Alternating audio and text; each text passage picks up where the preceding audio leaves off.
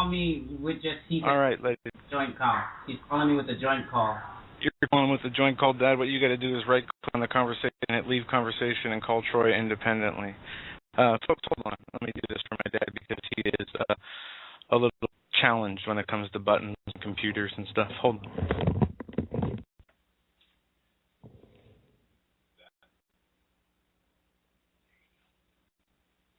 All right, ladies and gentlemen, apparently, thank you, Joe, for giving me a hand on that.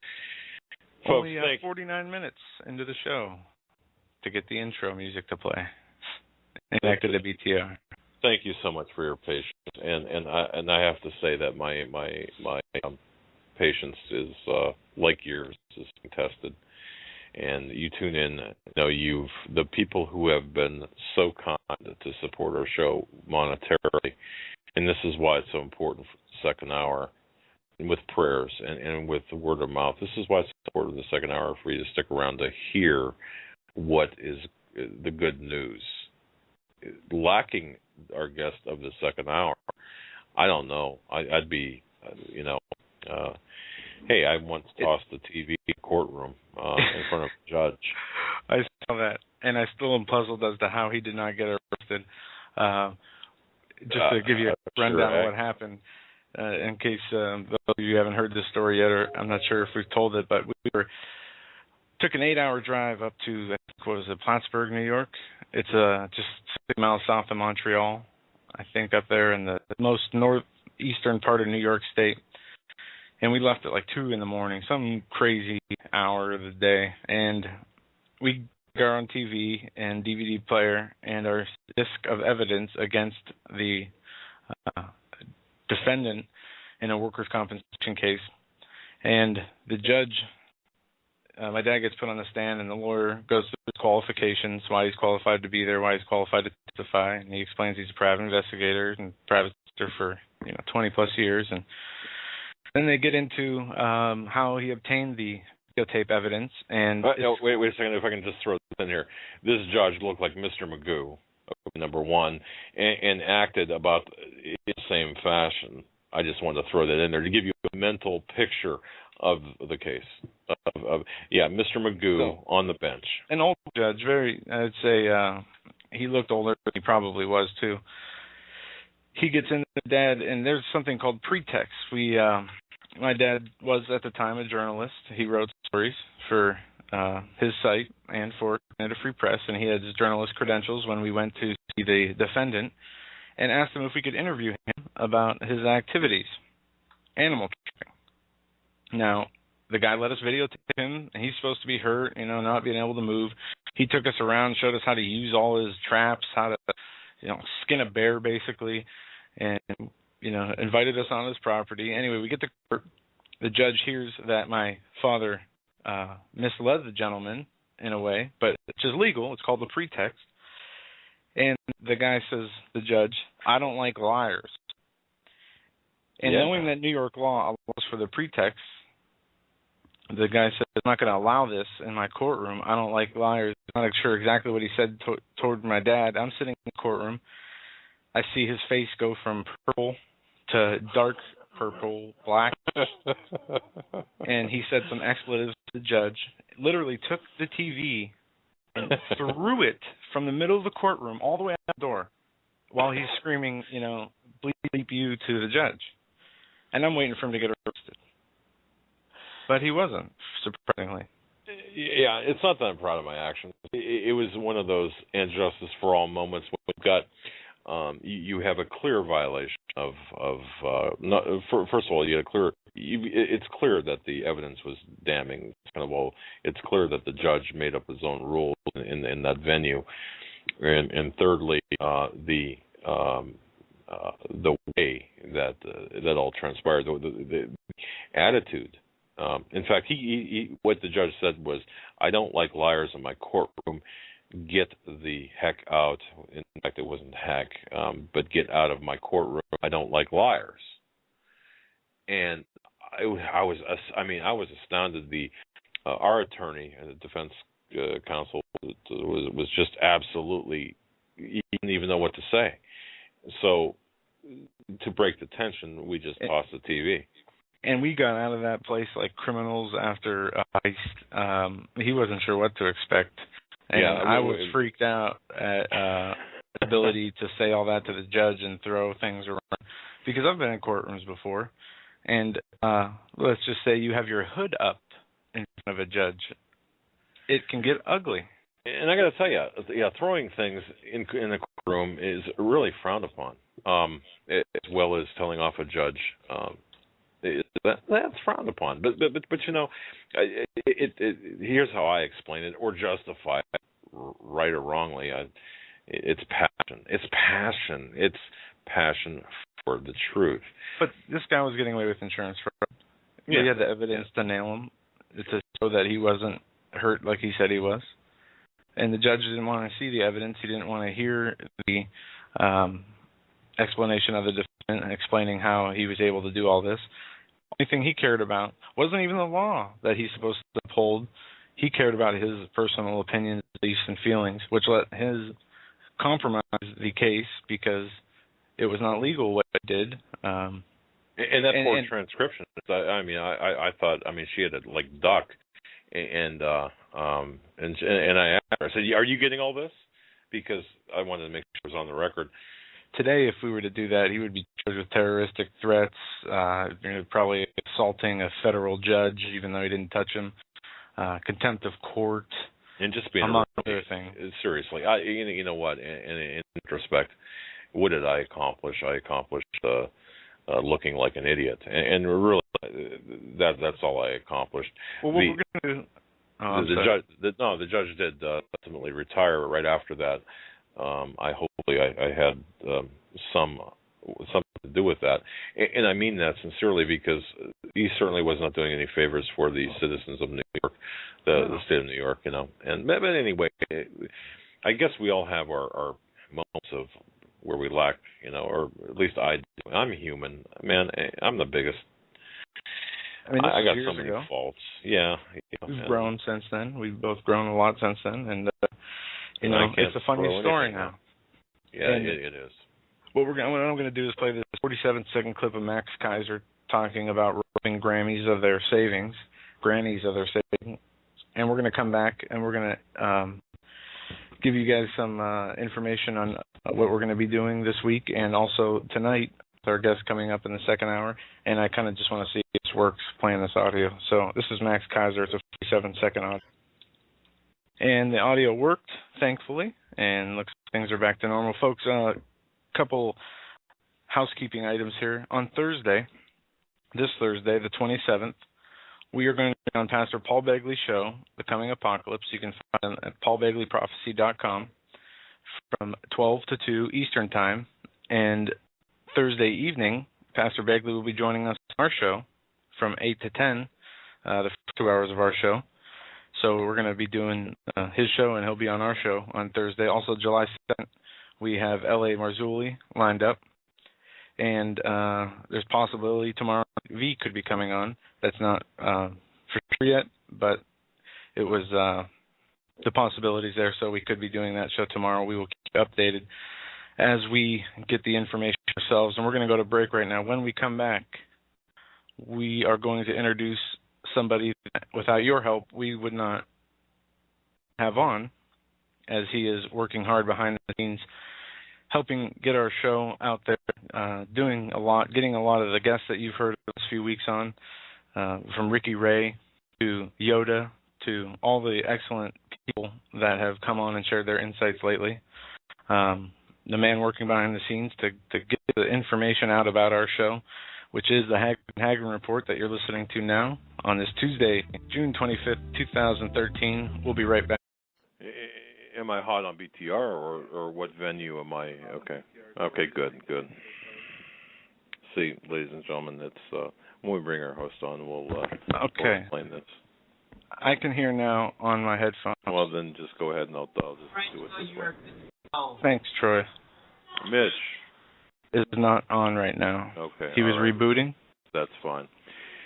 Folks, we should have named the show Overcoming Audio Problems. Well, yeah, and once again, I want to thank everyone for their patience in this. This is something that we've not experienced before, and we've been told too. We've gotten a couple of shot across the bows, and I'm not saying that's what this is, but we've been told that it's not going to be an easy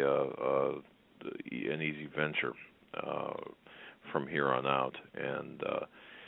Again, I'm not saying that that's what this is. This could very well be innocuous. It could be, without exception. But it's certainly interesting.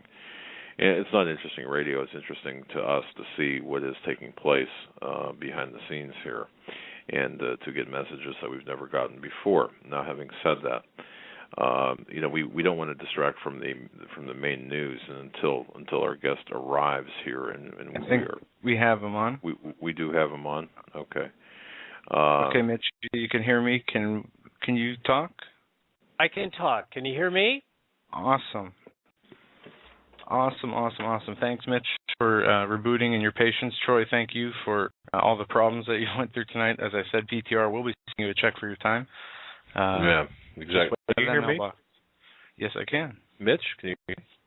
I can hear you just fine, Doug. And isn't that funny that we start the interview with Mitch? Can you hear me? Because that's sort of how this show's been going for a while. Can you hear me?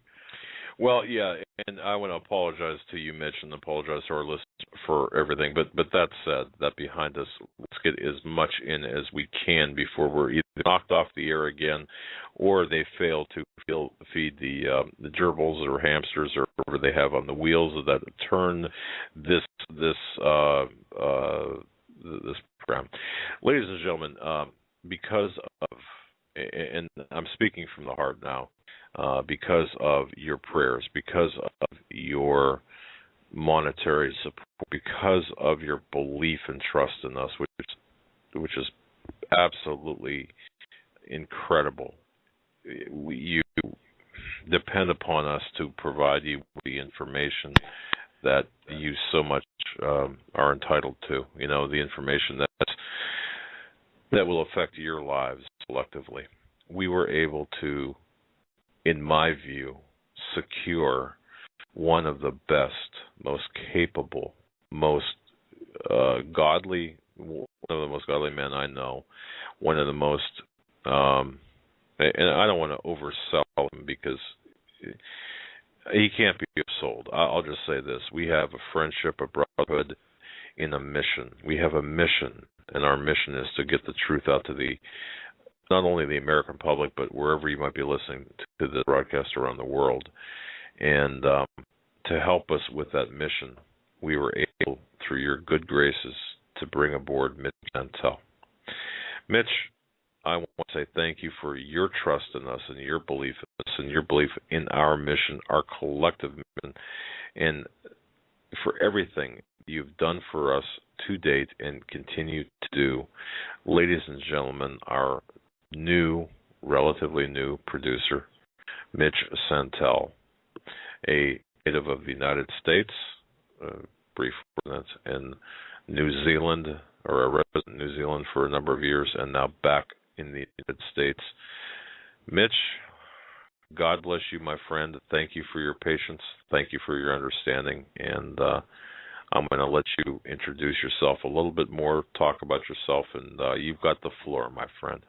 Thank you very much. Well, first, I want to welcome the audience tonight to the Hagmann and Hagmann Report.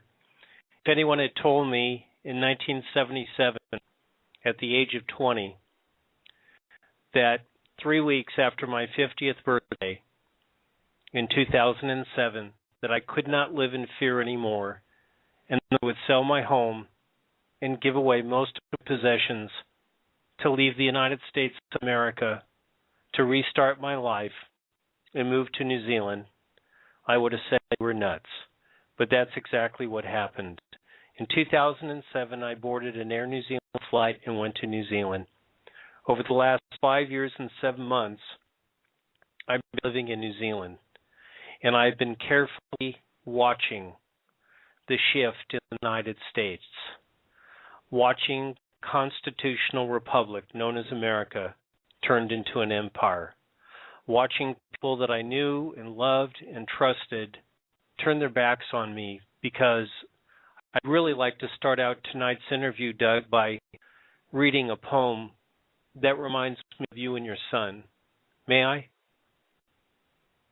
Sure. Absolutely, man. Every time you guys can hear me okay, I take it. So sure. I'm going to... Great.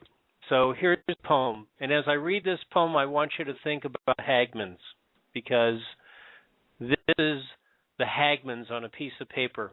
And then after that, I'm going to share a little bit of my story and openly share with the Hagmann and Hagmann audience why I'm on this team, why I help produce the show, why I'm fully committed. I'm all in, 110%, because this interview tonight is not about Mitch Santel. This is about being delusional enough to think that we can stop what's coming.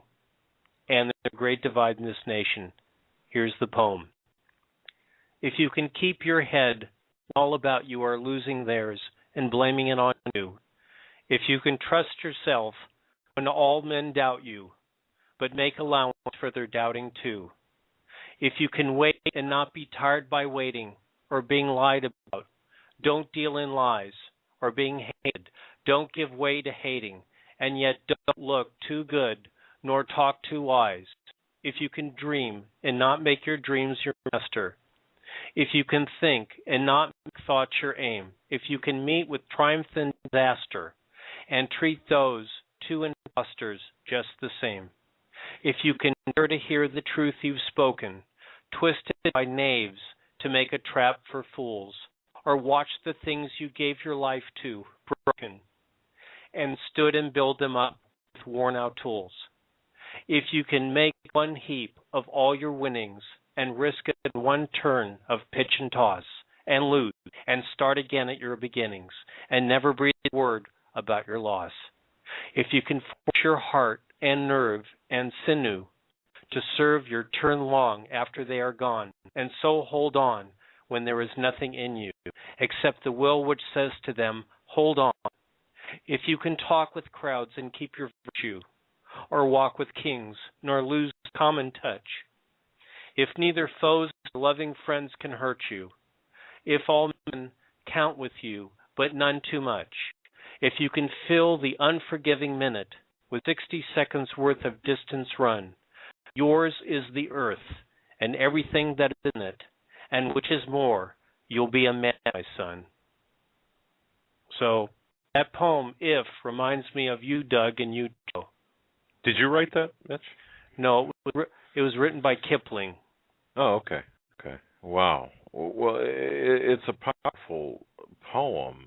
And, you know, Mitch, as we've talked many times, you know, we're here not because we plan to be here doing what we're doing, as evidenced by, you know, all the frailties which we can't hide, and all of the missteps we cannot cover and choose not to cover.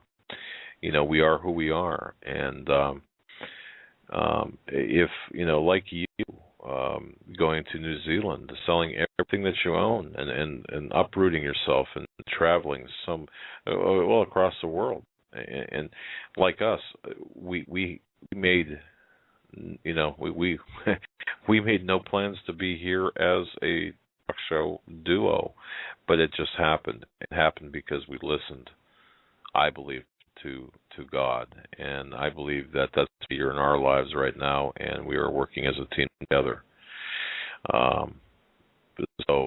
Wow, that's a pretty powerful poem. But yeah. But go ahead and continue with your story, because I think it's a remarkable story, and how we came together, I think, is as Steve Quayle says, you know, God does pick better friends for us than we can pick for ourselves. And I take that alliances as well, business and professional and personal alliances, and I think that's what happened here. But go ahead and continue and tell the audience about your journey and your findings and how I got here. Well, it's really interesting because I keep all of your listeners, I keep your guests in my prayers, and I watched America shift over the last 5 years.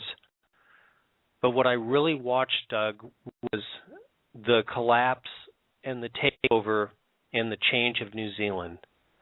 I'm going to talk a little bit tonight about New Zealand because what's happened to New Zealand is already over. And there is a life raft, ladies and gentlemen, in this world, and that life raft is America, and it's the only one left. And I watched New Zealand go from a sovereign nation to being taken over. I watched a man over 3+ years ago by the name of John Key become the Prime Minister of New Zealand. He was formerly the head derivatives manager of Merrill Lynch in London and in New York. And he ran for Prime Minister to keep the country independent and sovereign. And yet, Doug, every 7 days, the New Zealand government borrows over $300 million from foreign banks to keep the country running. I watched as 1,400 people every week left New Zealand for Australia because there is a global depression.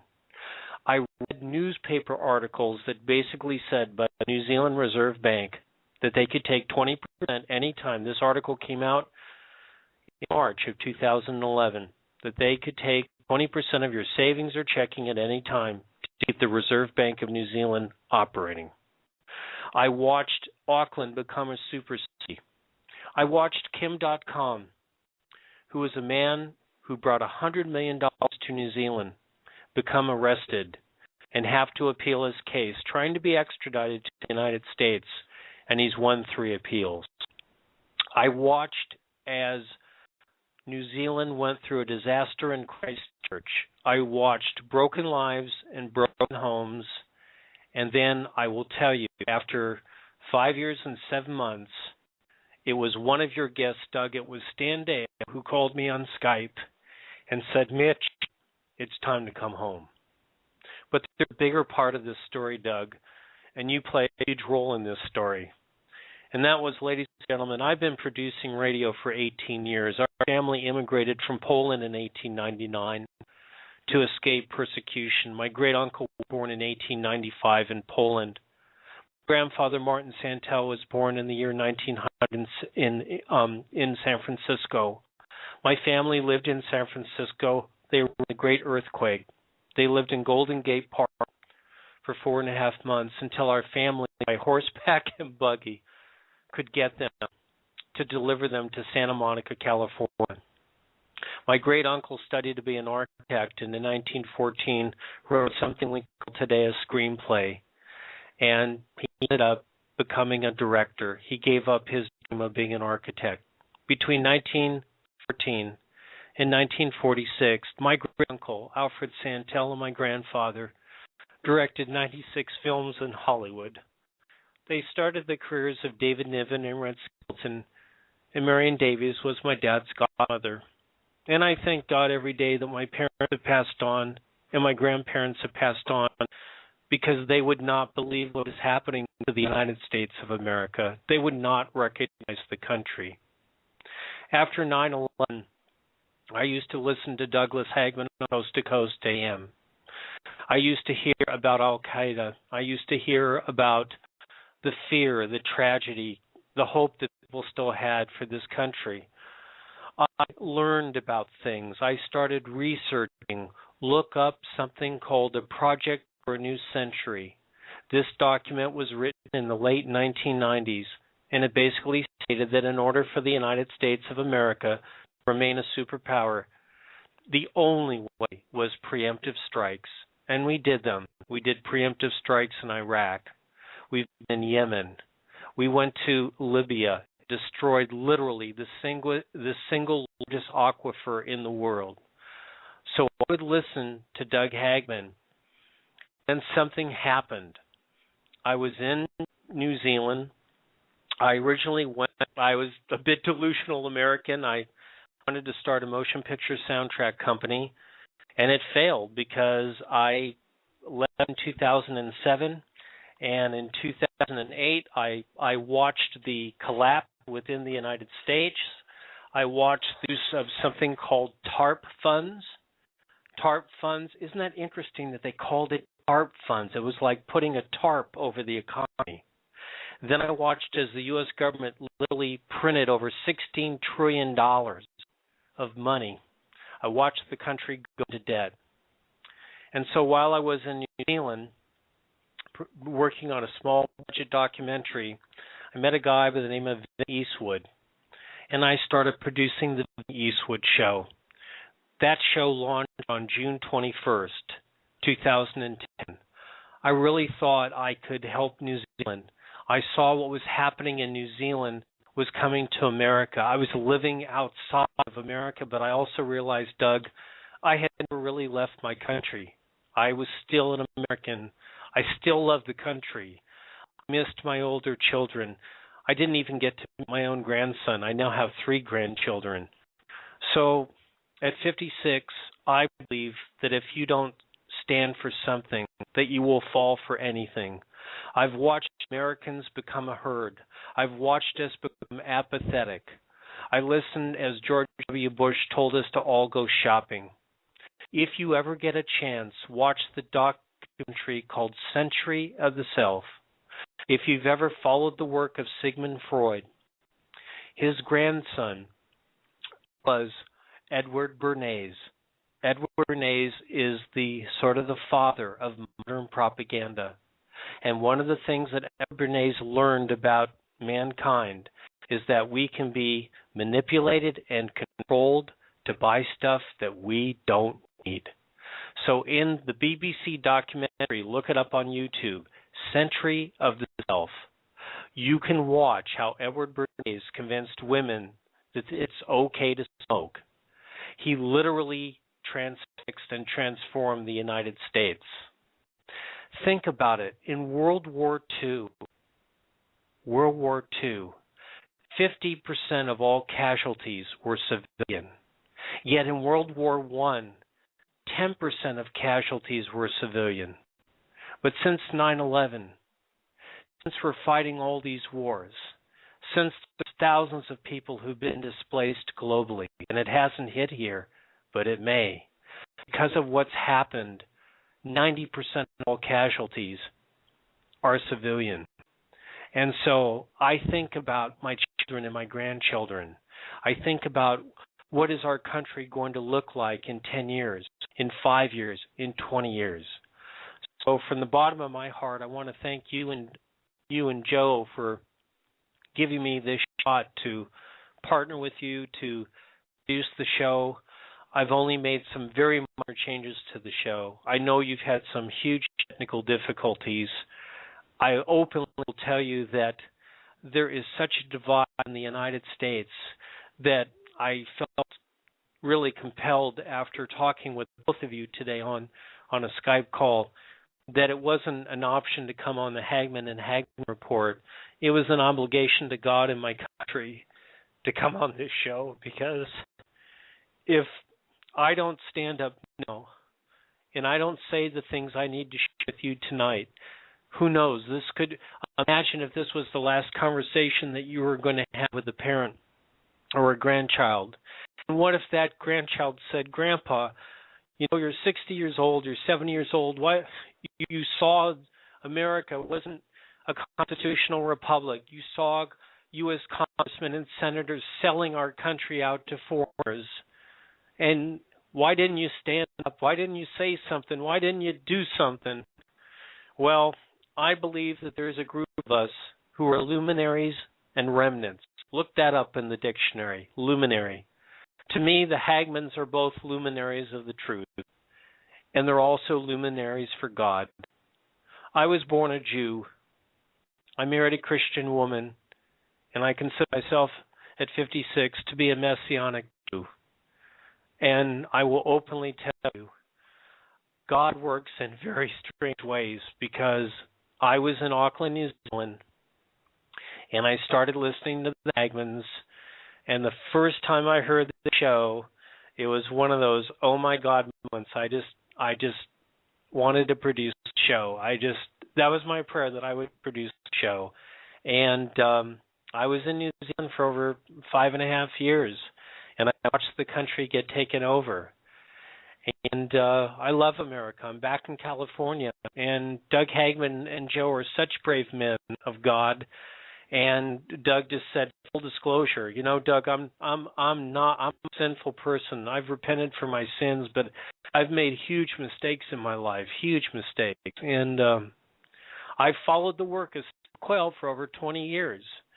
And I'm going to tell you right now, and my wife's nervous about me coming on the show because she's like, don't give out all this personal information. But you know what the truth is, gentlemen?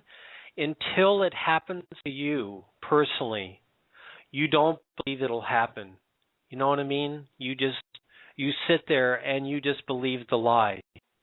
I watched in 1996 as Bill Clinton signed the Telecommunications Act. I watched America go from over 50 media companies down to 5 or 6. I watched as good Americans were sent off to war because there was weapons of mass destruction of which there were none. We've reached a point in this country, Doug and Joe, where people don't know what to believe anymore. You know what I'm saying? They don't know where to turn.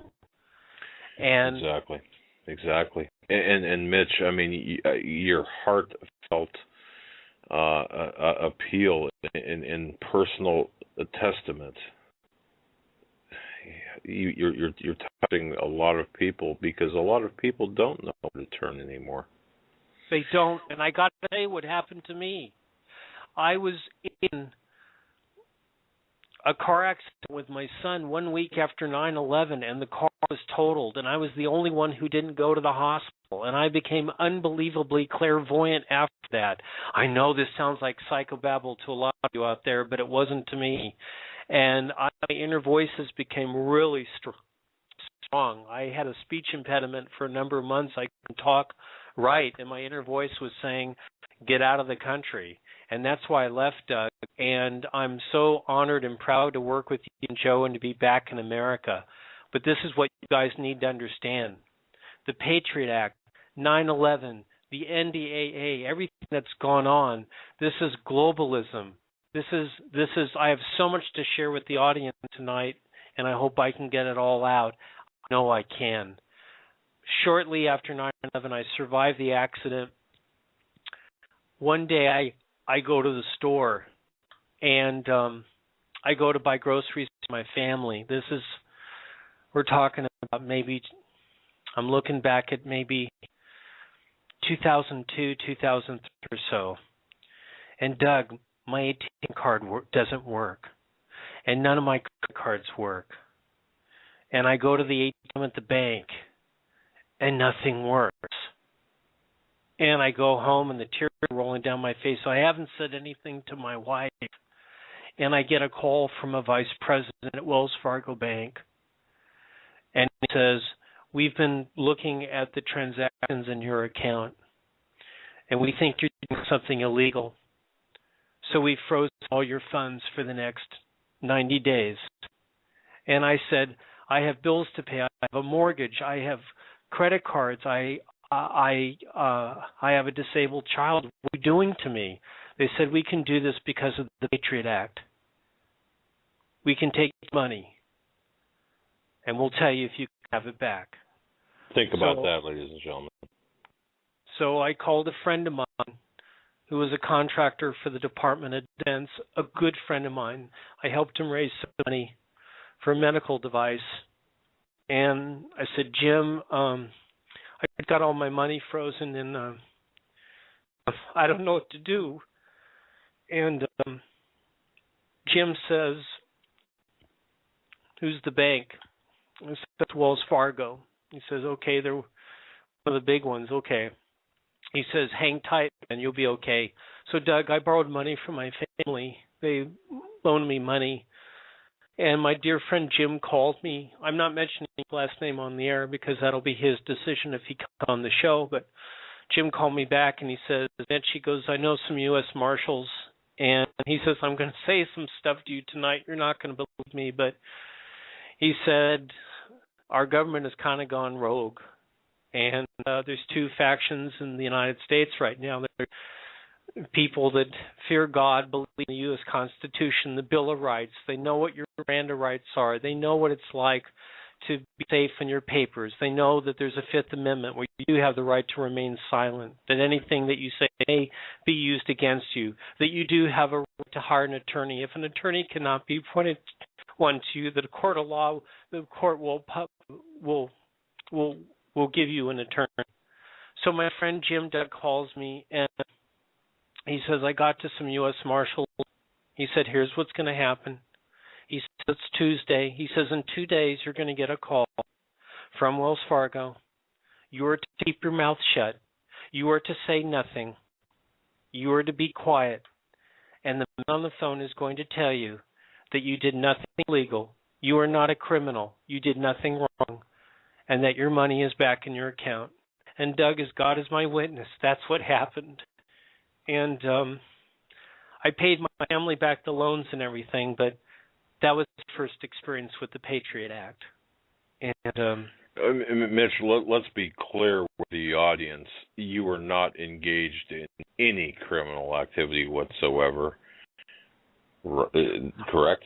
I was involved in a business opportunity where, and it was a scam. It ended up being a scam, but I wasn't the person scamming. Does that make sense what I'm saying? In other words, you were taken in by I understand that, and of course you caught in a larger dragnet, and you were one of the at the periphery of something that. I understand that. And folks, we trust me when I say this. In the scheme of things, what happened with Mitch was something that should have never happened, because by doing what he did, it could happen to anyone just by proximity. Okay, that's all I'll say. Okay, just by proximity. So just think about that. Yeah. So Doug said full disclosure, so I really have nothing to hide anymore. So. I was involved in a business opportunity. It was a scam. Didn't even realize I was being scammed until Wells Fargo Bank called me. But the reason I was willing to share the story, Doug, was to let the Hagmann audience know what the Patriot Act can do to you. Right. You were actually victimized twice, one by the scammers, one by the government, who and this was a rather arbitrary incident, which we're not going to get into just because of confidentiality, or just because of it's not really necessary. But the fact of the matter is, see, here's the thing, Mitch. If it could happen to you by proximity and by the passive nature of things, it could happen to me. It could happen to anybody listening to this broadcast, wherever you're listening to this. It's that. You say rogue. I mean, there's a rogue criminal element within this government that has. I think we're witnessing a coup here. And as you're talking, by the way, as you're talking to, we have military planes flying in the Roanoke area skies, Southwest Virginia. It's crazy. I mean, there are military exercises going on. What has our country come to? Have we ever seen anything like this? But I don't want to take away your time, Mitch. Go ahead and continue, because I think your testimony is important here to lay the groundwork for our future. No, I understand, and please know, ladies and gentlemen, this is not about me. And so many people, Doug, have said, Mitch, you always make it about you, and I always say, I'm not making it about me. It's happening to me. I'm trying to share what's happening to me with other people. And I want them to know what I went through, So it's just, we're living in the greatest divide in the history of our country. And I got to tell you, in terms of my own story, the pain has been most felt, Doug, in my own family. I love my wife. We've been together 27 and a half years. And literally for a whole year, we openly discussed divorce. And we openly discussed divorce because during the time that I was producing Vinny's show, Doug, God, I feel like I'm in a confessional booth. During the time I was producing Vinny's show, I really felt alone. I really felt alone. And Mitch, you and I have spoken, and I mean, we've been in conference calls where we have discussed this. Ladies and gentlemen, what you're hearing is a real life scenario of what many of you are going through, where your husband or your wife, and you've heard Steve talk about this, and sometimes it feels like you are alone. But see, other people are going through exactly what you're going through.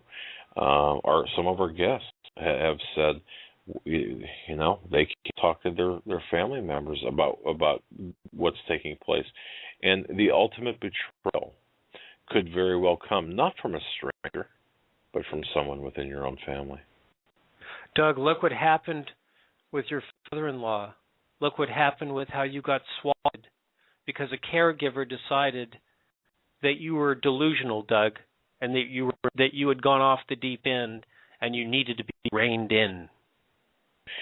Exactly, and it's again, if that can happen to me, and Joe and I were just normal guys, it could happen to anyone, and thankfully that situation hopefully is done and over with. But Mitch, there's so many things taking place here in the United States. We look, and we talk about this today. You look at the news, and where do you turn for real? What's important and what's distraction? What's white noise? And people are looking for godly direction, and I think that's what really is the key here. And you are providing that to our mission. That's the godly direction. The technical direction, the godly direction. I mean, it's all one. And without the God element, we're not doing the service that we need to do. So, we're thankful to have you aboard, and thankful that you've gone through, and we all go through these experiences for a reason.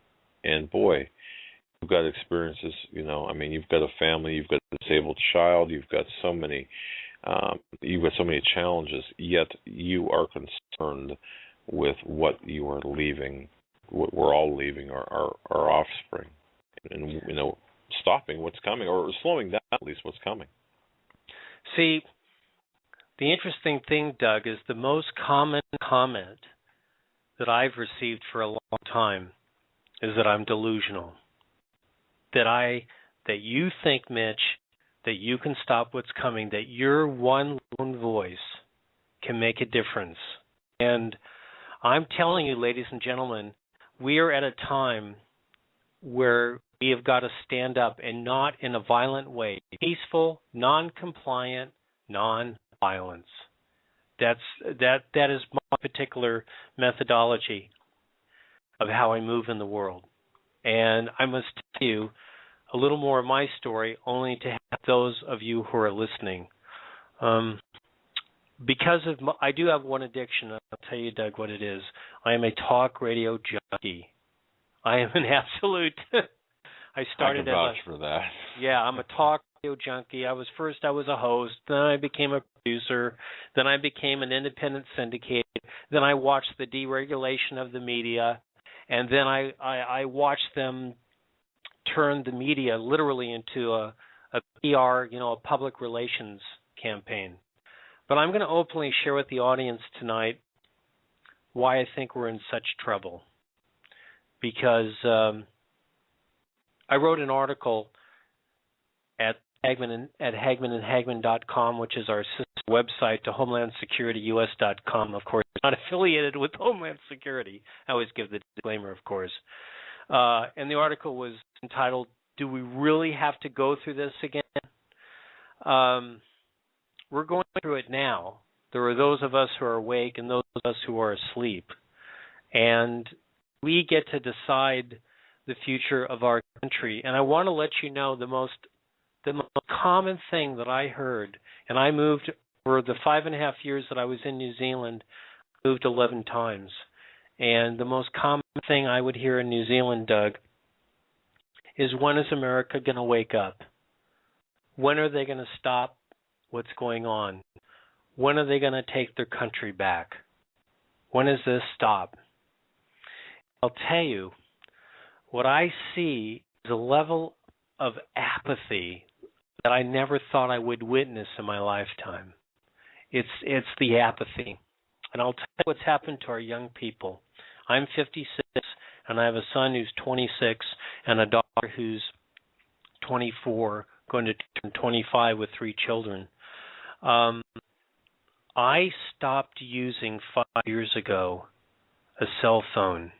I've not used a cell phone in 5 years. I'm a big Apple fan, I will admit. I helped the Hagmanns on an iMac. But I've not used a cell phone in 5 years. And what I see, Doug, are young people at Starbucks or out in public where everyone's on a smartphone, everyone's texting, everyone's calling, but nobody's having a real conversation. And the Hagmann and Hagmann report, to me, Doug, is a show that is all the conversations that we could have with our own family. They've shut us off. That's what this show is to me. Because Yep. You're exactly right. There's an element of our, and I would say, Joe, maybe you can even say what the.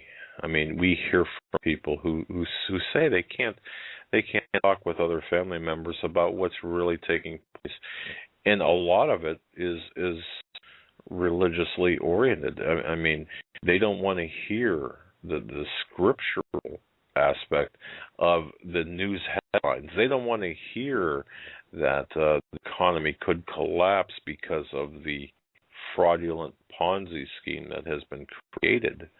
They don't want to hear this because they can still go to the grocery store and buy groceries. They can still go to Starbucks and buy coffee. They can still drive to Disney World or Disneyland or wherever you might be at and ride rides and go to the malls. Everything seems normal, doesn't it? It does. It seems really normal. Does it seem normal where you guys are? Sure. People are walking out of Best Buy with big screen TVs. People are traveling to and from work. People that still have jobs, by the way. So everything seems normal. But yet, if you stop and talk with, I had a repairman here at my home for our water system, and he says, "Boy, you need a new whatever it was." And I said, "Can you fix what we have?" And we got into a discussion about money, which led us to about the state of the economy. And he said, people think it's good out there. He said, I have not met any one of my clients who really believe it's good, but no one is saying it. I understand. Doug, it's so interesting. This has happened so fast. And it was so weird being in New Zealand and watching it from New Zealand. You know what I mean? Like 10,000 kilometers, 7,000 miles away from Los Angeles, watching my country go through this transition, But Mitch, you and I and Joe together, we believe, and hopefully not. Well, I don't believe we're delusional, and I certainly, hearing from the sources that we deal with, they're saying, by getting the word out, by informing and educating people, that we are making a difference. So I take comfort in that, and I take pride in that. And of course, we're in this together, and this is why we. And it was kind of almost, again, divinely meant to be this merging of your talent, your abilities. And you looked at our show and said, boy, they have a sucky sound system. Boy, they got sucky audio. Boy, man, there's so much to fix here. I'm not sure we can even, fix it. But you signed on blindly, or not blindly, but you signed on with we have the same goals, and you signed on and said, let's, go forward and do what God has led us to do. And man, I'll tell you, since you've been on board, things, with the exception of tonight, I mean, which is out of all of our hands, I mean, things have been going very, very well forward. So we've got a job to do, don't we? We have a huge job to do, and I'm sure you can tell our audience, in the brief time that I've been on your team, the amount of hours that the three of us have to work each day, and the amount of times that you text me and I make myself available. You know what I mean? So this is no vacation for me. Yes, I do play with my children and we go walks and we still eat ice cream, but Doug, I'm pretty all in with you guys. So. Yeah, and Mitch, as usual, okay, let me just back up and address something here, okay? When you mentioned the fact of you being clairvoyant, let's clear that up, okay? You're not proclaiming to be a John Edwards type or whatever that guy was on television where, no. He can... For those who missed it, Mitch said he was a Messianic Jew and professed his belief for Jesus Christ. But in terms of clairvoyancy, it's listening to the inner Holy Spirit aspect. Unless I'm wrong, Mitch. I mean, that's. Oh no, let me state it this way, okay?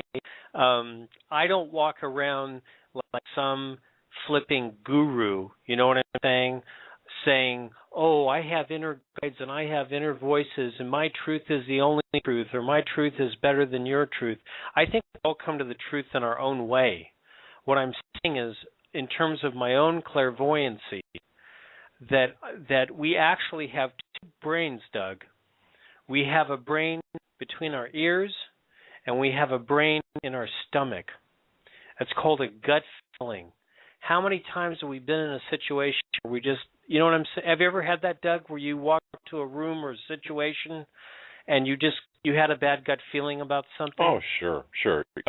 Yeah, but Mitch, I got to tell you, people get hung up over words, over semantics, over the word clairvoyant. They think, oh my gosh, he's No, you're talking about that speedy sense that you get, that the inner voice, and I liken it to the Holy Spirit. If you've got that in your body, you can,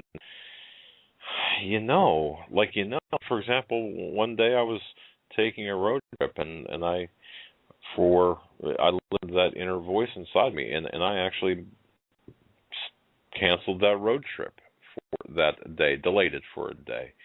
And wouldn't you know it, something happened later that afternoon, and this was in the morning. Something happened later in the afternoon that required my attention that would have perhaps multiplied my problems exponentially had I not been present where I was not supposed to be. It was by listening to that godly-like voice inside, your gut feeling, whether it's your gut, however you want to describe it to yourself and to others. But yes, absolutely.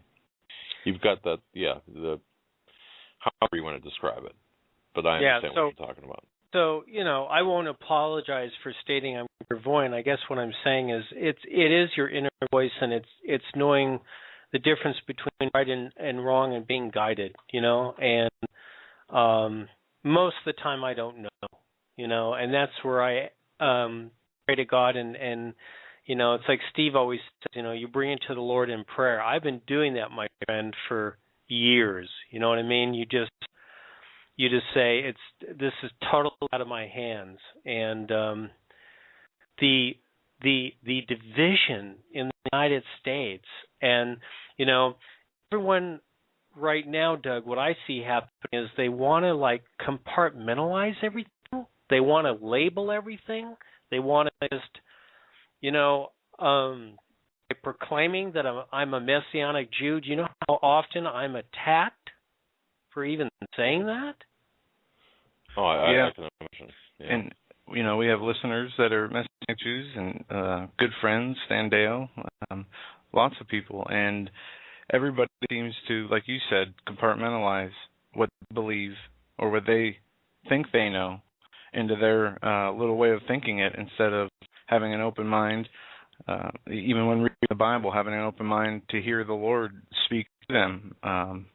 And we see that people are mockers, you have scoffers, you have sincere people, and these people are, the mockers and scoffers are trying to really run the agenda the way they think things should be instead of the way things God has them set out to be.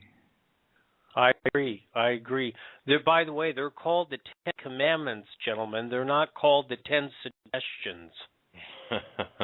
Yeah, exactly. And boy, I'll tell you, sometimes it seems very difficult to live as as Jesus did, and to really, but it's necessary, because if we are to profess our faith and profess Christianity, we have to set the example or do our best to do so.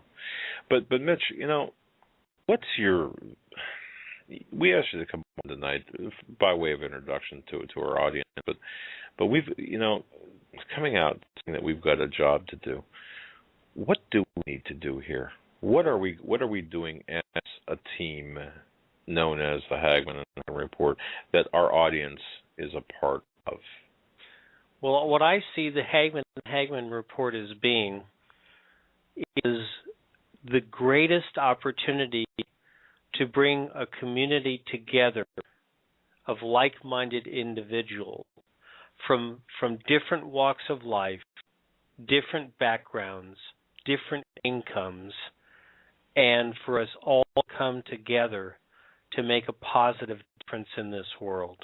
Because there is no place like America. And if any of you in this audience want to email me and ask me, how would you know?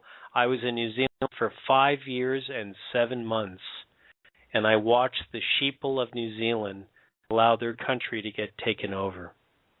I watched it. I experienced it. I couldn't believe it, And so what I really want to go on and address, Doug, if I may, is how to, and I think this is more the reason of me being on tonight. I mean, I'll share with you in a moment my long-term vision for the Hagmann and Hagmann Report, but the real reason for coming on tonight is I really felt compelled after talking to Doug and Joe for a long time today, that I felt compelled to come on because of family, okay? Jim Fetzer and Yoda and some of these people that I'm now booking as guests on the show, these are people who listen to the show. This is what I want all of you listening to the Hagmann and Hagmann Report to understand about tonight's broadcast. I've been telling Doug and Joe, Doug, you're doing a great job. Joe, I don't spank you because you're a grown man.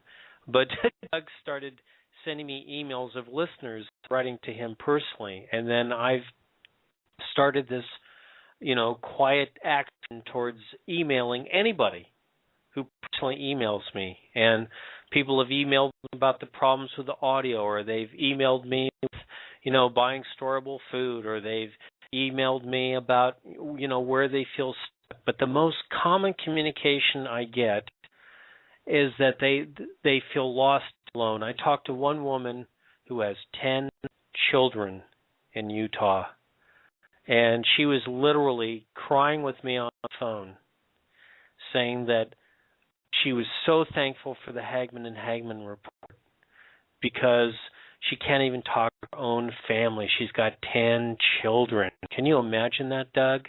And 10 children. I could. It's difficult with one, let alone 10. I could tell you that. But wow.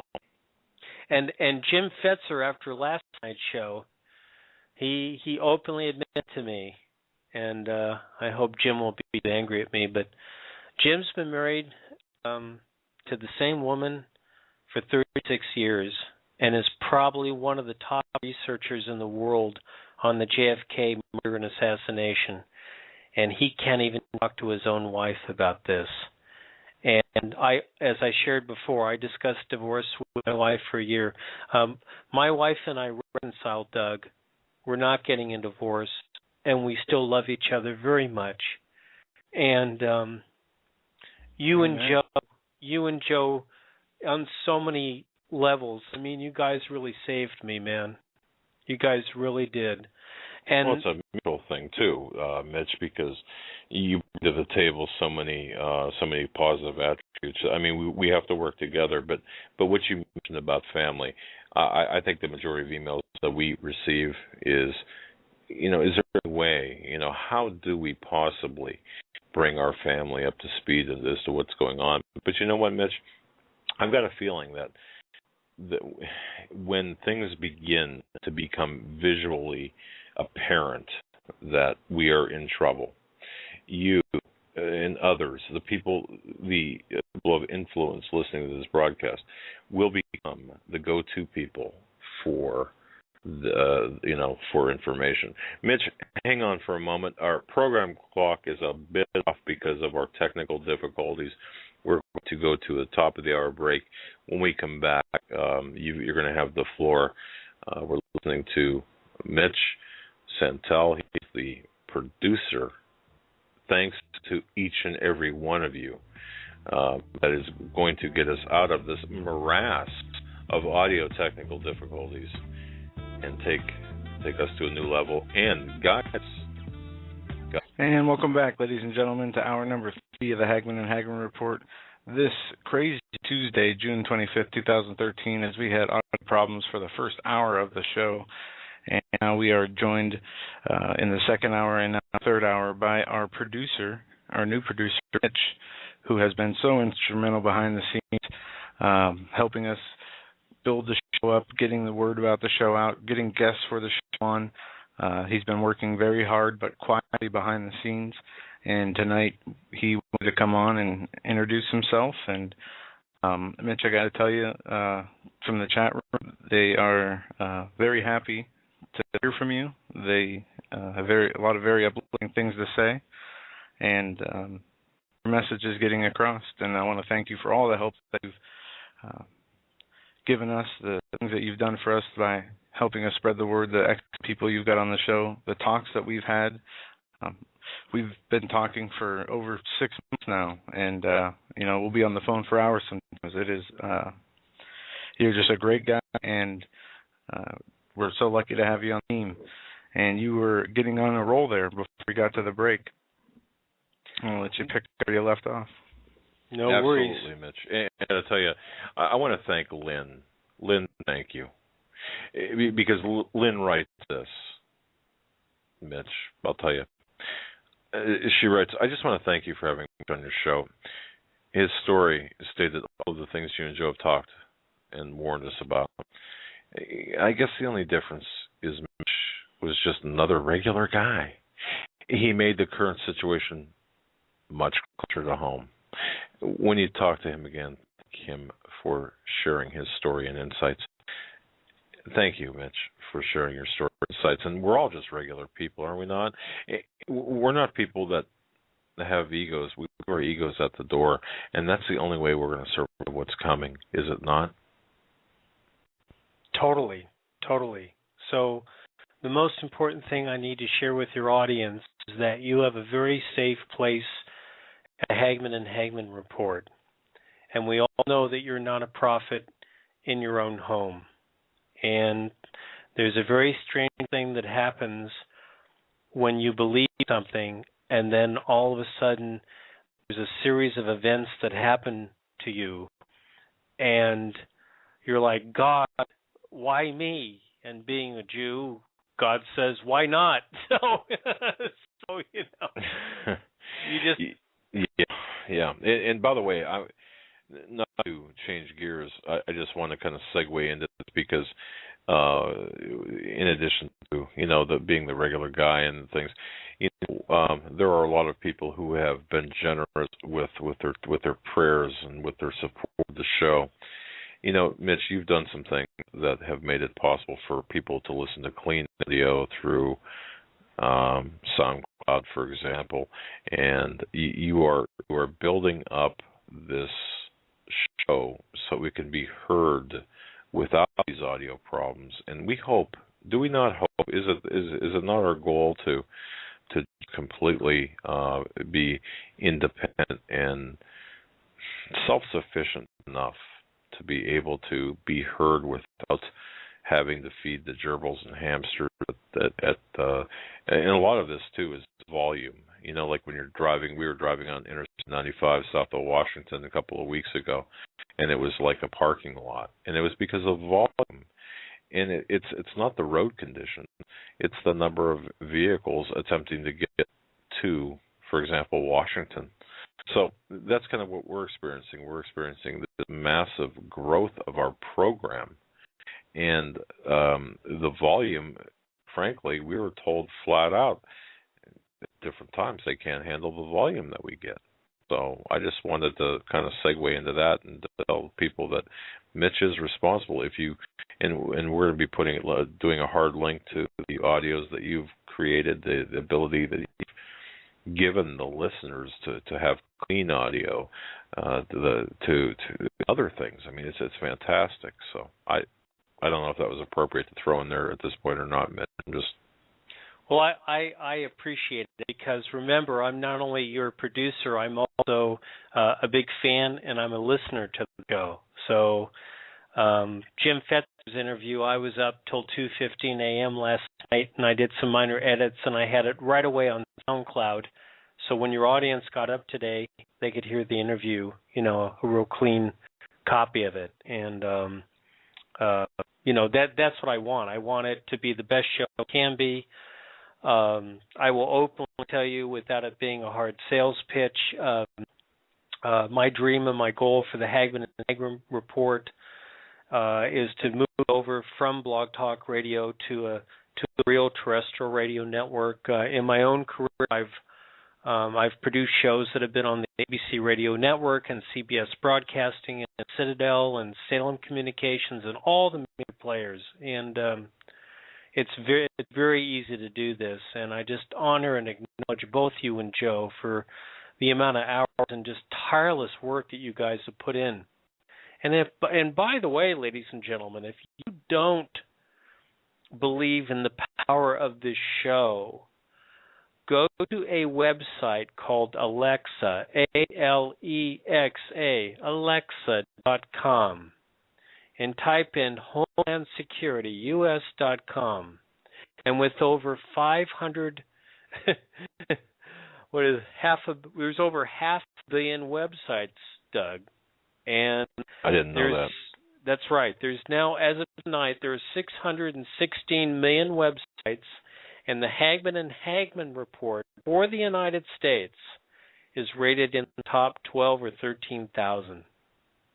So that's a good thing, right? That is awesome. That is awesome.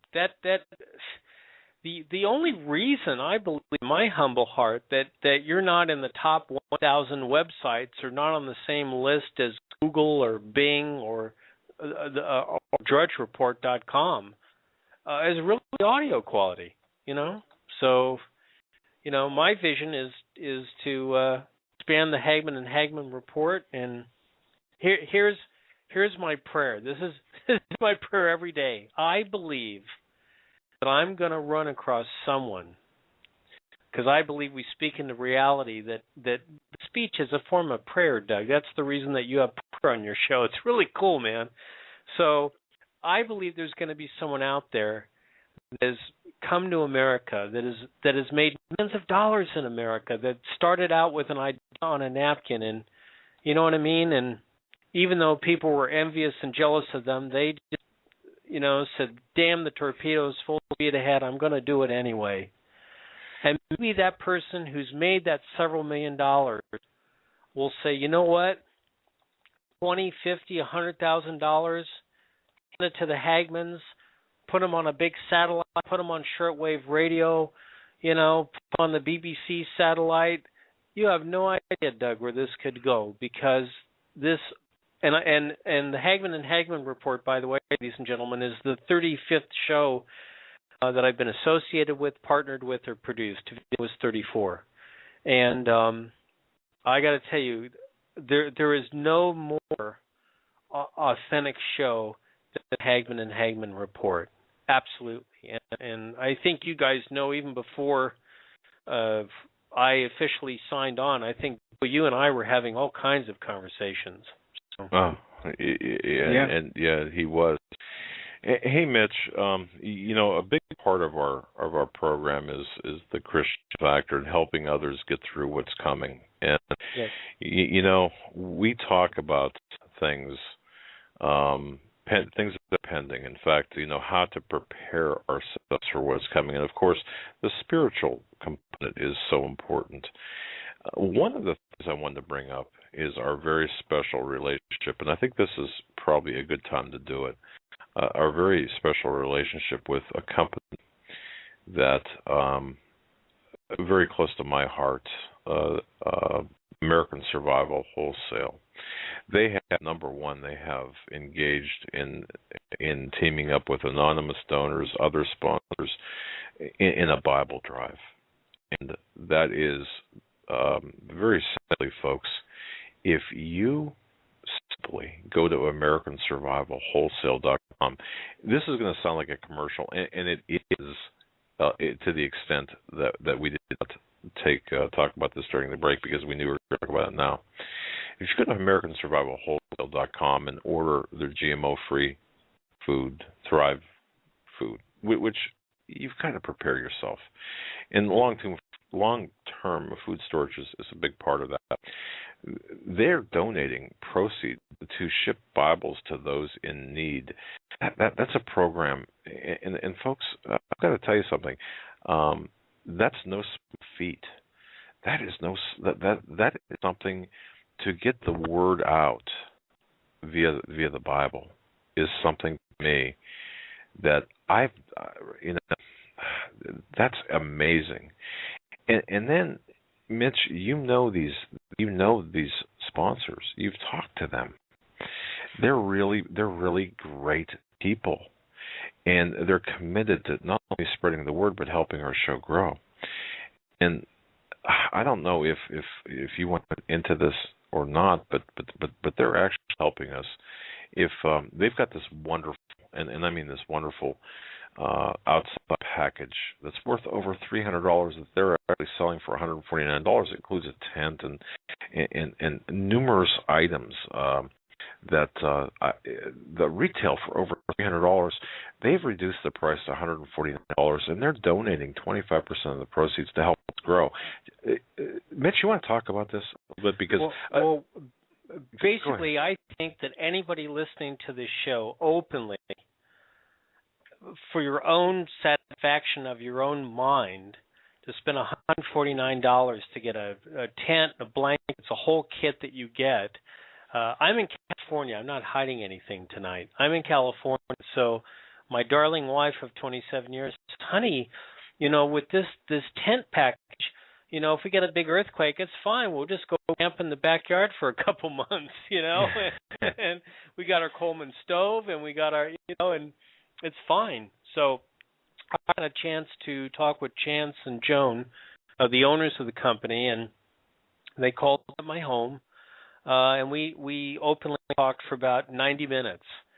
And they said, well, what is your dream for the Hagmans? I said, I would like to create the Hagmann radio network.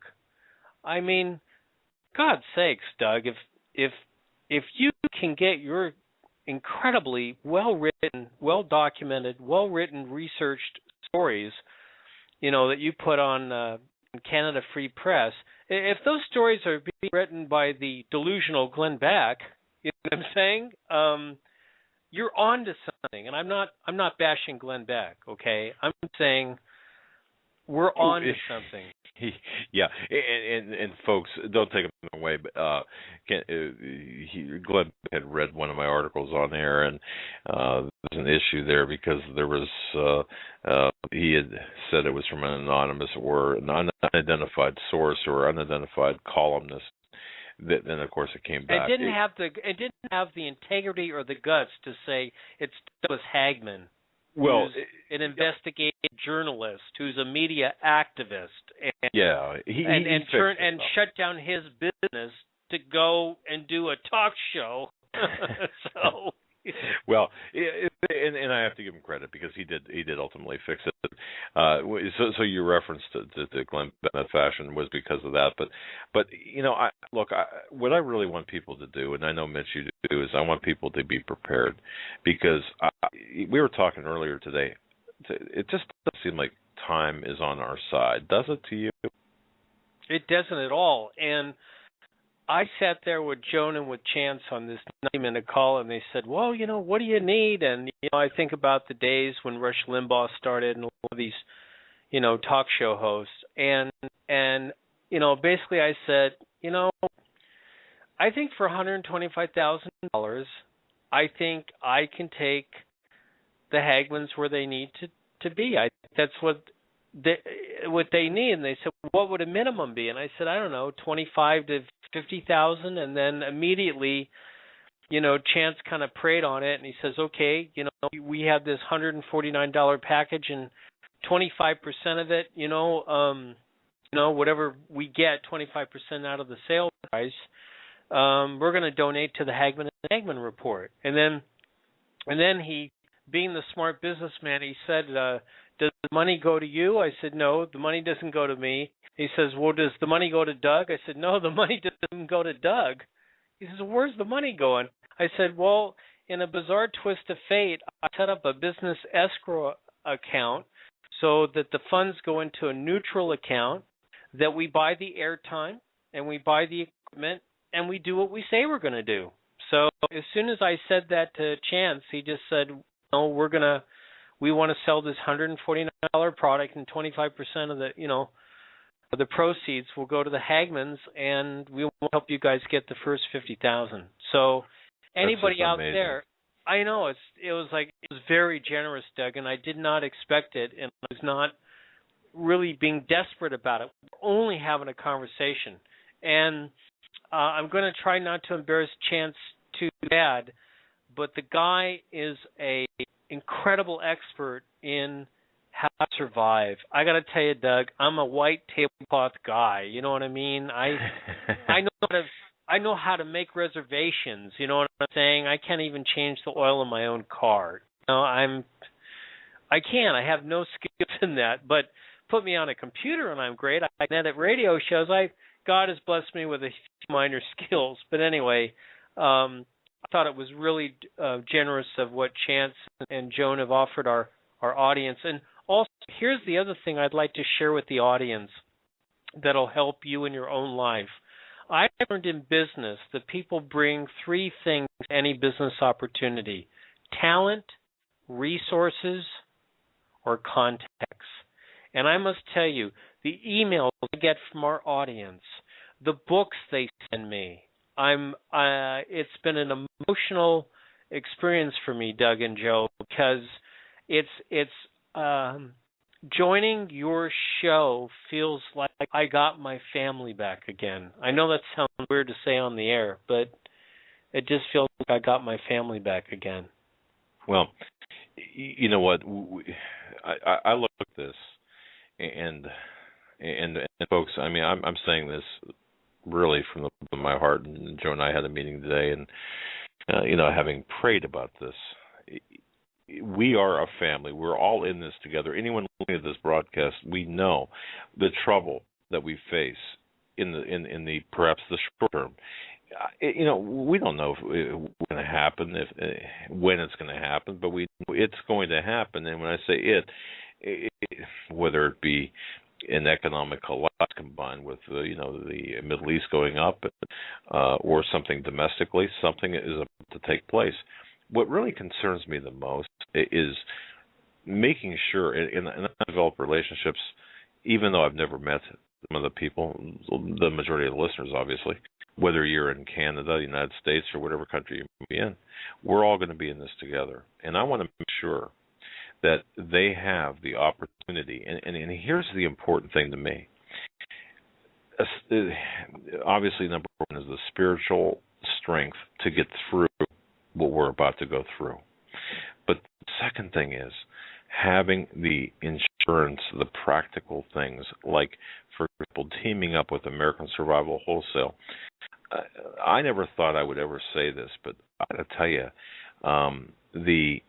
just by doing that, it was like a weight that was lifted off of my shoulders, not because of their generosity, because of their products. You see, what people don't know is I had somebody order, and I'm just going to say this, I had somebody order a product, and it was shipped to me and from Survival Wholesale. I wanted to make sure that this is a while back, I want to make sure that the food was good and that in a crisis that people would actually eat it. And I actually made my wife make the food, and she was absolutely stunned at the high quality of the food. Folks, when you're in a crisis situation, don't be taken aback by inferior or don't add the stress by having inferior products. And people think too about tents. Oh, I'll never need a tent. I'll never need a Coleman stove. I'll never need this. You know what? I've got one, and I'll tell you something. I hope to never have to use it, but the fact that I've got it, and it's and I checked it out. It's a quality product. It's good. Everything is great. It sounds like a sales pitch. It is a sales pitch. You know why? Because we care about your survival, and that's the big thing. Because we have to survive. Isn't that our responsibility to survive? Mitch, I mean, we've got to survive. Doug, how do you feel about the fact that there are generations in the Middle East where there's going to be no future generation? Do you know what I'm saying? I do, and we've had sources in the military connected to the military say this is going to blow, and when it does, it's going to end, as you just mentioned, generations. Generations. It's a very weird thing to admit to you, but if we don't slow this down, there could come a time where a man and a woman who are in love, read their Bible, get married, cannot have a natural born child without the blessing of the state. I mean, that's where this is going. California just passed a law that junior high school boys and girls can shower together. So I'm just telling you, this is a daily thing, and there are people about to come on this show. The biggest thing I do, Doug, I got to tell you, when getting people to come on your show that either won't go on any show, have never been on a show, or are ready to tell the truth. And as an example, Yoda's one of those people, you know what I mean? So there are things going on. I'm not into doom and gloom. I'm not into fear porn. I'm not into, I've always been an encouraging person. I've always helped people do their dream. I've always been a perpetual optimist. I see horse manure and I think there's a pony nearby. So, I'm entrepreneurial. I watched America literally go from a compassionate capitalistic society to a vulture capitalist society. And there are so many stories, Doug and Joe, that aren't being reported on. And do you know the strangest thing I've had to do since I came back to California? I know several, but what are you talking about? The strangest thing I do every day is drink an 8-ounce glass of distilled water with a teaspoon of baking soda. And tell the people why. Because levels of radiation over the United States from Fukushima, which is the most underreported story in the history of this country. There is so much radiation over the United States right now, so much. 37 monitors over California were mysteriously turned off by the EPA within 6 weeks of Fukushima. So I don't want to get political tonight. It's more of a personal conversation. I'm telling you all as God is my witness.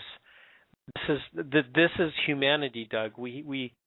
What makes humans so incredible is our empathy and our sympathy.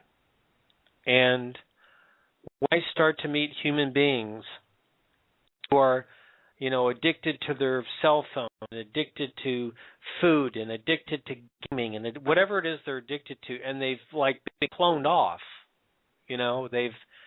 their lights are on, but nobody's home. I mean, there's a lot of people that way. It's like a demonic thing. It's like it looks pretty and it's got brand new paint on it, but if you scrape it off, man, there's rust underneath. It's bad. So yeah, it is, and people only see the shiny exterior of things. And I hope this program tonight, if the reason we had you come on and wanted you to come on were multiple reasons. Number one, certainly we wanted to introduce you to our extended family. It's like bringing another family member in and saying, okay, here's part of our extended family. Number two is to let people know that who we brought on is of the same mindset. We can see the same problems. We're after the same solutions. We're after the same goals, and spiritually and physically, in the godly manner. And the third thing is to really illustrate how we can all work together and all be part of something bigger than all of us individually and even collectively, we'll say, and to show people as well that when we talk about the Bible Drive and we talk about getting prepared, it's out of a sense of love and it's out of a sense of deep concern. Mitch, you and I have had conversations, and Joe and you and me have had conversations about how concerned we are, how short time is. And, isn't it funny? Because we were talking, I think, over the weekend, and you said something to the effect of there's this apparent normalcy bias. You just mentioned it in a different way, but as long as you can get to the grocery store and see that there's food there, it's like everything is fine. But what did you tell me? It was, obviously people know, to this broadcast, they know that there's only a 3-day supply of food, if that. And in bad times, maybe a 3-hour supply of food, or in the threat of an emergency. I've been told, Doug, by people that are even volunteers with the sheriff's department, including a family member, that I'm a doom and gloomer, that I'm delusional, that I'm out of my mind. And all I can say is, if you look at the decisions that the U.S. Supreme Court is making right now, when they determined that a corporation has a soul like a human being, I knew we were in trouble, Doug. When the Supreme Court said that a police department they're not mandated, nor are they obligated to read your Miranda rights, that you have to demand them if a police officer stops you. If you look at the militarization of local police forces, if you look at the normalcy bias of going along to get along, to be with the herd. I got rid of my Facebook account about 5 months ago because basically there was an article that came out in England that said, we've determined that if you don't have a Facebook account, you're probably mentally ill. You know what, ladies and gentlemen? I'm not mentally ill. And do you know that Facebook has gone in the last 9 months, Joe, from 900, and these are approximate numbers, so please don't email me tonight and hold me to an exact number. But Facebook has gone literally from 993 million, which is almost 1 billion users, down to less than 650 million users. So a lot of people have gotten the message, And do you think people are looking for alternatives in social media? Let me tell you what I think happens. These people live on their portable phone devices, right? and they're on Facebook or they're on whatever these social networking sites are on, and they think they're having a real relationship with people, and that's not the real world. It's not. A real relationship is someone that you make bread with, or you share a meal with, or you go, take a walk, or you go, hit baseball at the park. That's a real relationship, not this online social networking.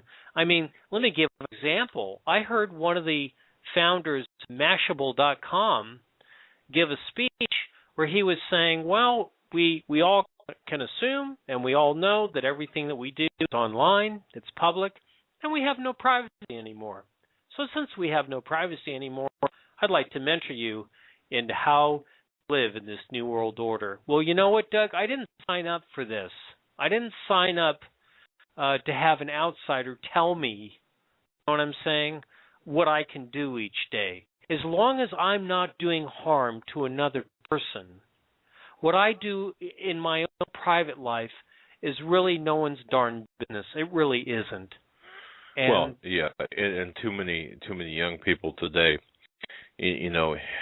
folks, if you put images up on Facebook, understand if they have a herd mentality, Doug. Right, they have a herd mentality where they go along to get along. Exactly, and we need the human to human contact. Mitch, it's just so twisted.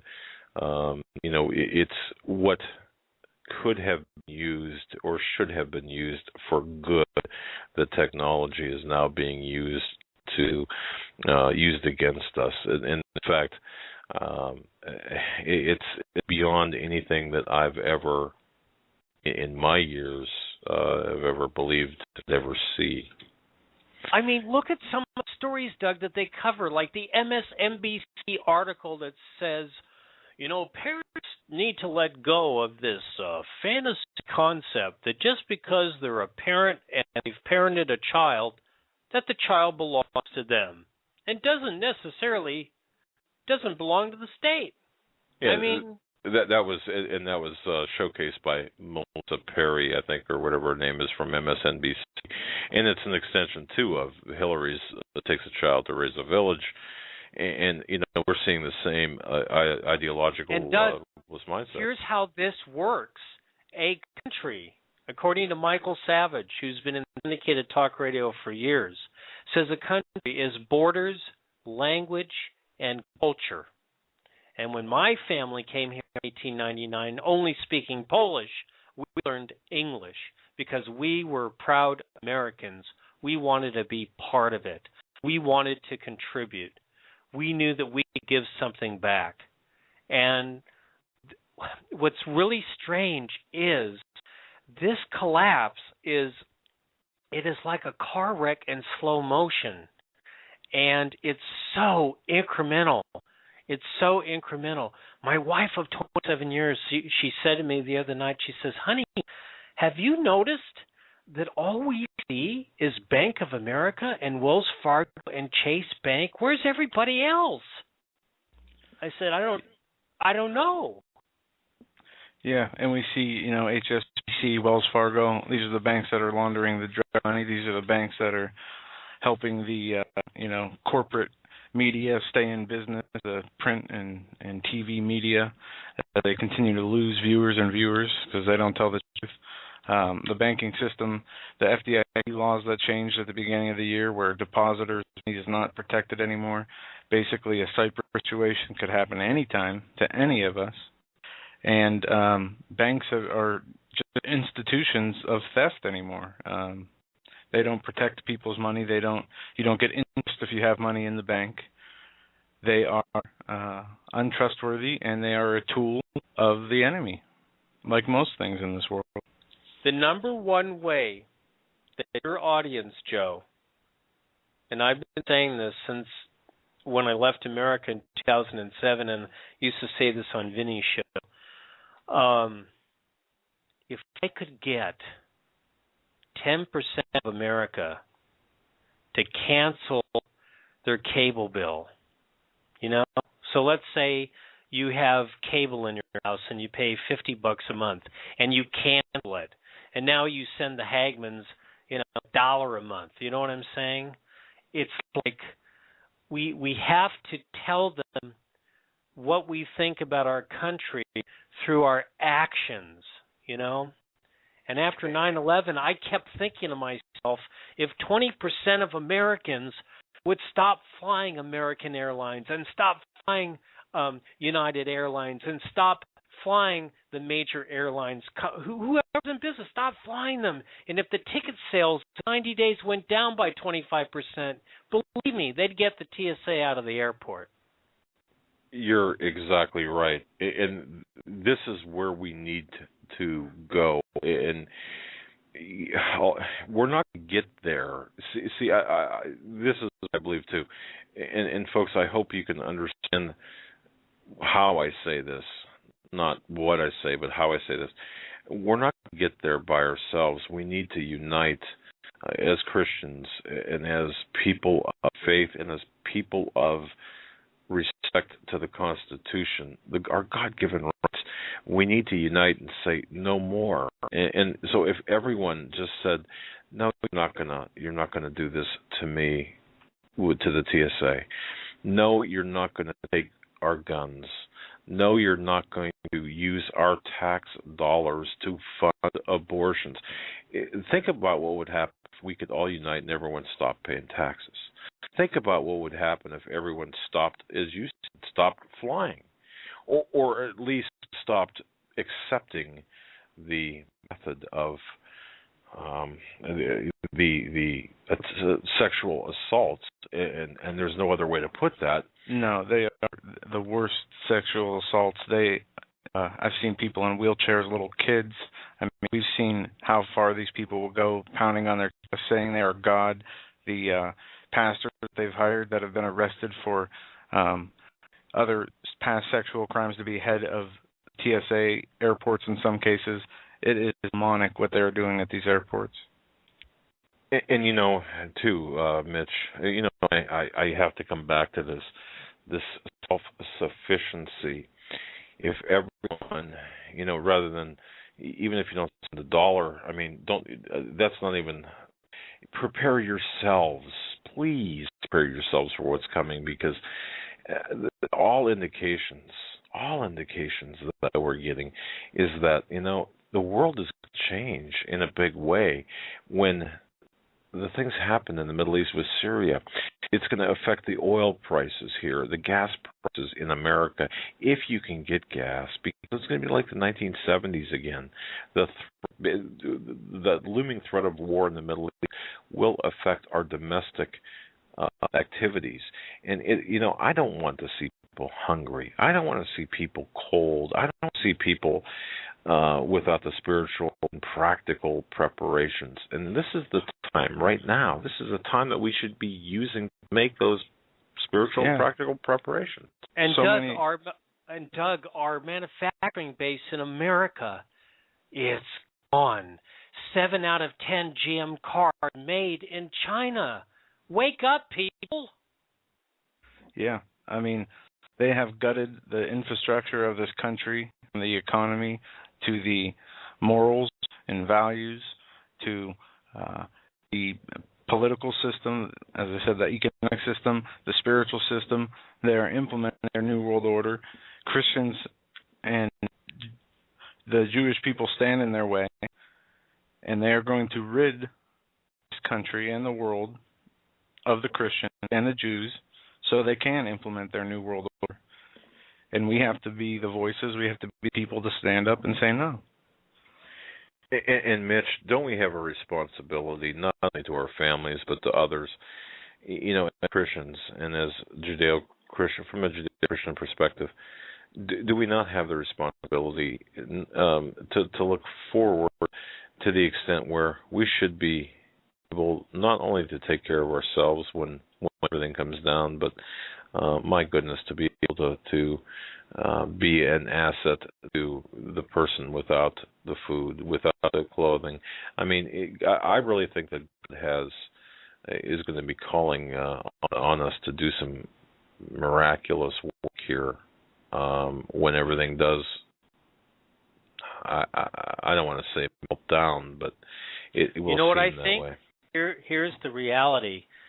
They keep this going for years. And I got to tell you what's really strange. I've been, in addition to a talk radio junkie, I've been a technology junkie for a long time. I bought one of the first Fat Macs that I paid $3,700 for back in October of 1984. And here's the thing that I noticed.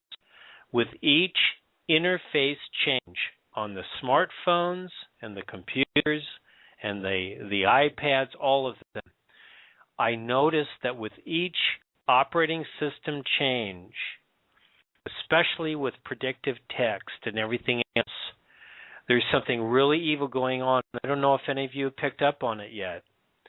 Creating a world where they don't need humans anymore. Think what about about transhumans, the computer / human humanoids that they're trying to merge computers with machines that they were so hard working on and have been working on for decades now. My own son, who's 26, cannot wait to become a transhuman and have his entire brain downloaded into a super PC. And when I heard that, this is all part of this transhumanism movement. You know what I'm saying? It's this herd consciousness. Understand how cognitive dissonance works, if you've never heard that term. Cognitive dissonance is basically where the human mind cannot hold two opposite beliefs. And look, you have a conversation with someone and you quietly mention little things. If you drink, mineral water, distilled water, it's better than fluoridated water.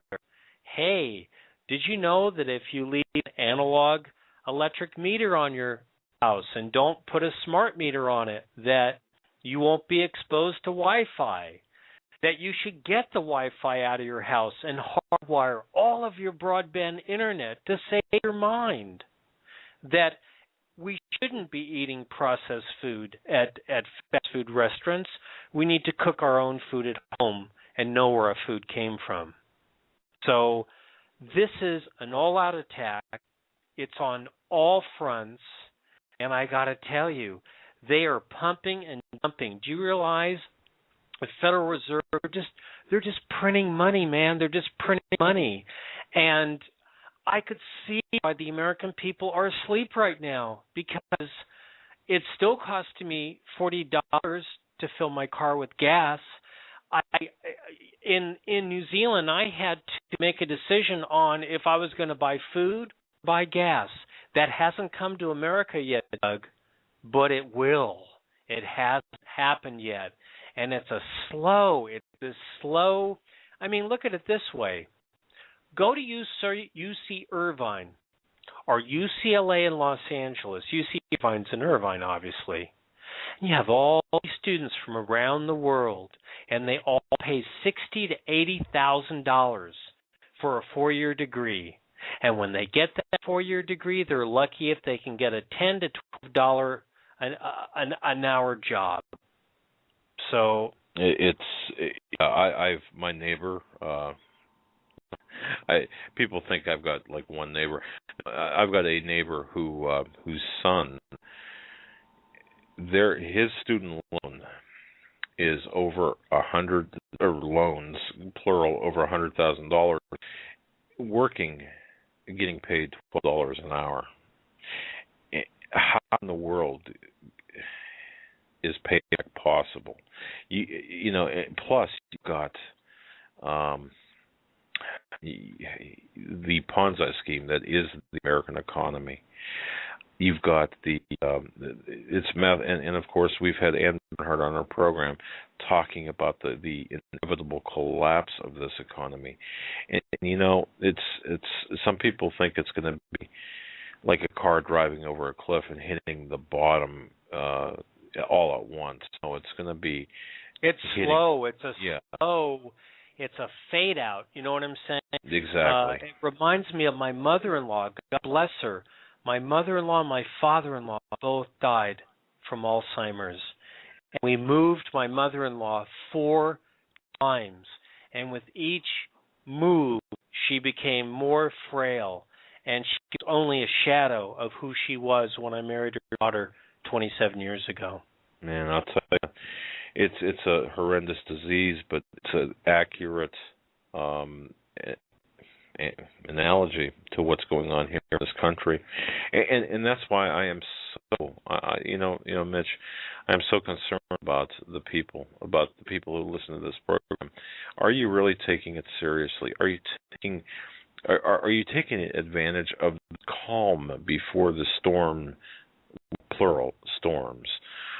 Do what you can today to shore up your own resources, to shore yourselves up, even if you don't have necessarily even if your spouse isn't on board, you can still do things quietly and efficiently to shore up your ability to survive, to last another day, and to be an asset to your family.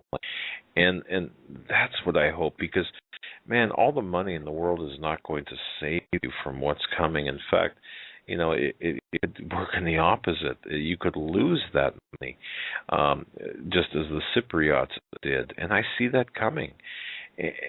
And by all indications, like I said, I'm very concerned about what's going on in the Middle East.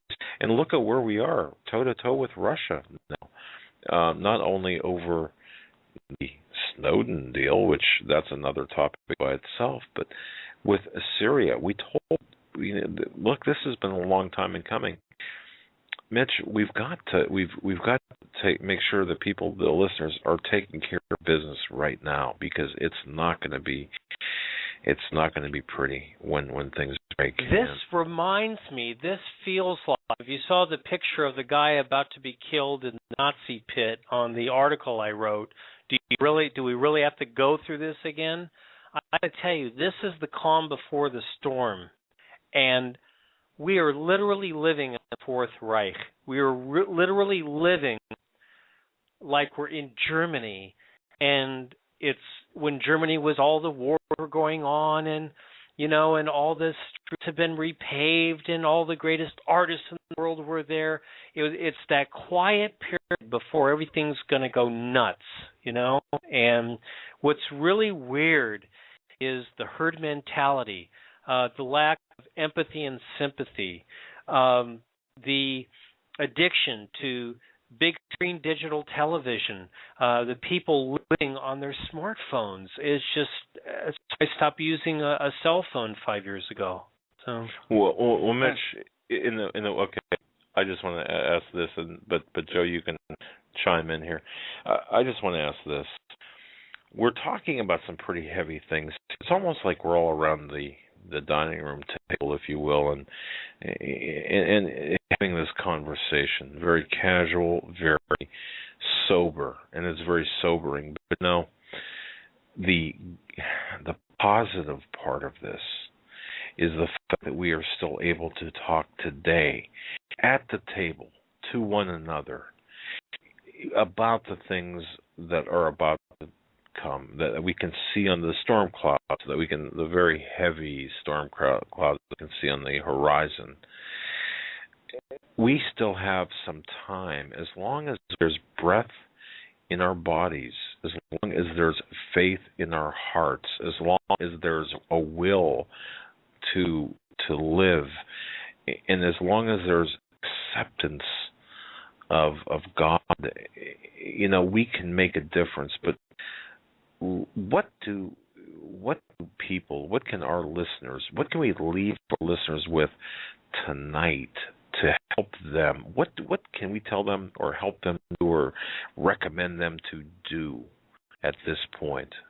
The number one thing that you can do if you're listening to the Hagmann and Hagmann report is to remember that God loves you, and that you are not alone in this world, and that you will meet people through this show that will play a huge role in saving your life. And I'll tell you what I think is going to happen, Doug. I think there's a community here on this show, and I want you to know that I feel closer to some of the listeners that email me every day than I do to my own family, because at least I have someone to talk to. So my advice is, I don't know, quote unquote, trying to wake people up. I think that everyone listening to this broadcast tonight, if they have just someone in their life that has any self-doubt, to help those with ears to hear and eyes to see, you know what I mean? And just to take baby steps. If you go to the supermarket, here's a real simple thing. You go to the supermarket and you buy an extra 12-pack of toilet paper, or you buy some AA batteries, or you just buy an extra couple packages of Band-Aids. That's all you can afford. At least, Doug, they've started. You see what I'm saying? Because... Yeah, and in China, we see that they are forcing the rural populations into cities. You know, one of the worst places you would want to be. I couldn't imagine them doing that here, but they have plans to do that here through the Agenda 21 and the Sustainable Development. And there has been, I don't think we really got into this at the beginning of the show, but there was a meeting today with the president, and he put out a proclamation on the climate action plan, or the president's climate action plan. And this goes right along with Agenda 21 and right along with making people less self-sustainable, if that's possible. But yeah, we need to uplift each other. We need to be there for each other. We need to help each other. And Mitch, we are all a family. I think and feel and love the audience and all the people involved with the show, the listeners, the callers, as they are family too, because there are so few of us that are like-minded, uniting under Christ at this time, and we need to remain as close to these people who are just like us as possible. And Mitch, let me just interject this. And you know, Mitch, you mentioned about the extra supplies. Indeed, we need that, and which is why you're aboard, because you can help us in various ways, including getting us through the sound problem, so we can get the word out. But you know, others who have joined with us really care, and I want to drive this point home, because I just, in my heart, I believe. You know, I look at our sponsors, and again, this is not meant to be a commercial.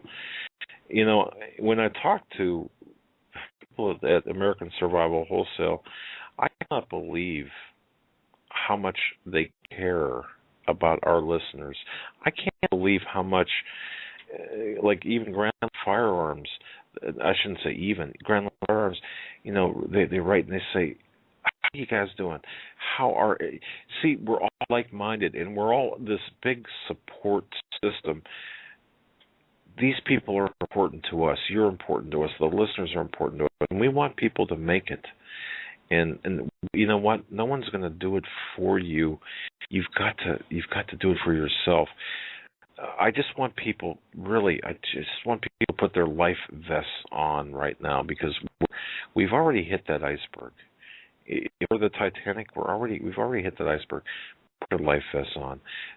Start doing things that you need to do for your family.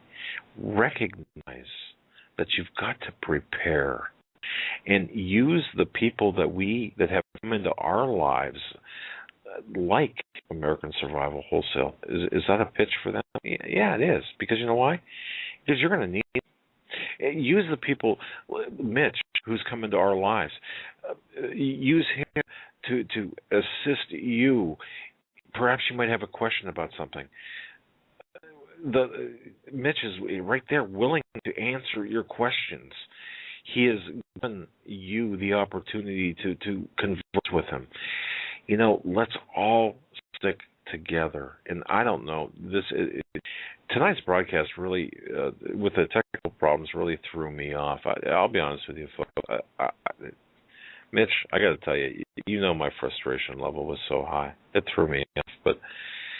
But I want to end it with you by saying, you're an asset to every listener out there. I want everybody to take advantage of you. Oh boy, that came out wrong, didn't it? No, hey, everybody, okay. take advantage of Mitch. Yeah. But no, I want everyone. I want to see everyone that is a follower that agrees and to follow the Word of God. I want them to really. I just want everyone to survive, and if you're gonna have to put the life vest on. You know what it comes down to, Doug? It comes down to the fact that we're so busy fighting each other that we need to all wake up. We need to all wake up and stand together. You know what I mean? And we need to. It's like Joe always says.